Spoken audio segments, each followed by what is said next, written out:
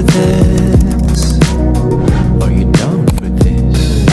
If you're in the mood, we can take it to the moon.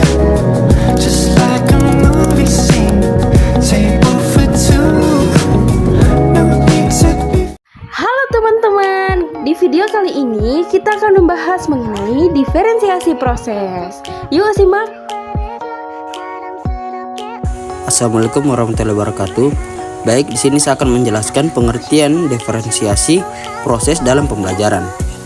Nah, pengertian diferensiasi proses dalam pembelajaran adalah strategi untuk menyesuaikan cara siswa mempelajari dan memproses informasi sesuai dengan kebutuhan, kemampuan, dan gaya belajar mereka. Dan berikut poin-poin penting materi diferensiasi proses. Yang pertama itu pengertian diferensiasi proses. Diferensiasi proses adalah salah satu komponen utama dalam pembelajaran berdiferensiasi yang berfokus pada bagaimana siswa memproses atau memahami materi pelajaran. Dalam konteks pembelajaran, proses tidak hanya berarti kegiatan belajar secara umum, tetapi juga mencakup cara guru menyampaikan materi, aktivitas yang dilakukan siswa, serta interaksi yang terjadi selama pembelajaran berlangsung. Nah, pentingnya diferensiasi proses. Setiap siswa memiliki perbedaan dalam cara mereka menerima dan mengelola informasi. Ada yang belajar lebih baik melalui visual, ada yang melalui pendengaran, ada pula yang lebih suka belajar dengan praktik langsung.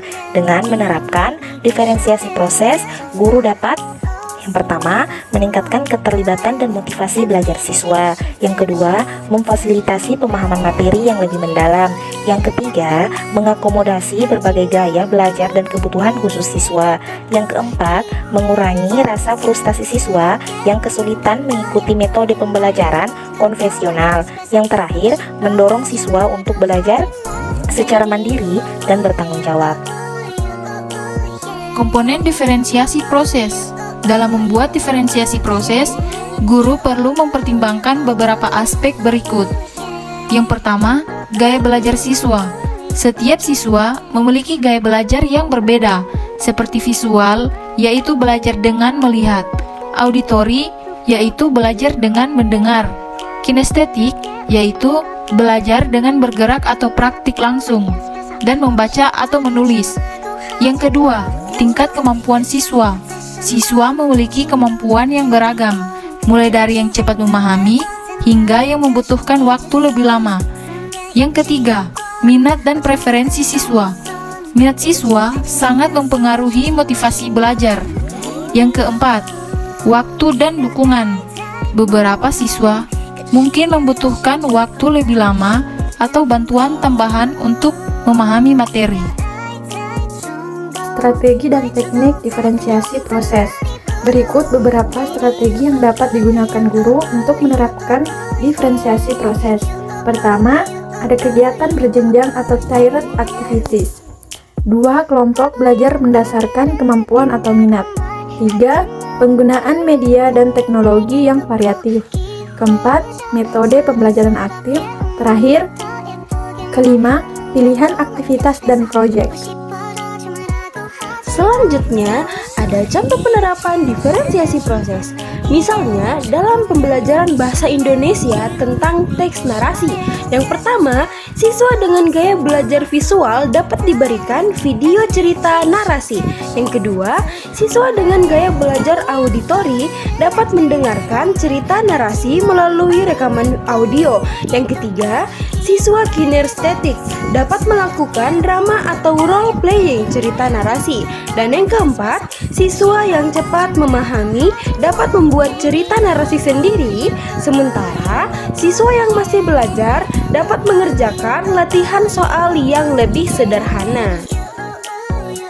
Selanjutnya, evaluasi dan penyesuaian. Diferensiasi proses bukan hanya tentang memberikan variasi aktivitas, tetapi juga tentang melakukan evaluasi berkelanjutan. Guru perlu memantau perkembangan siswa dan menyesuaikan proses pembelajaran agar tetap efektif.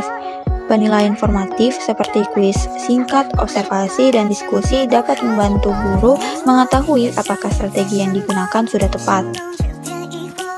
Kesimpulannya, membuat diferensiasi proses adalah langkah penting dalam menciptakan pembelajaran yang inklusif dan efektif.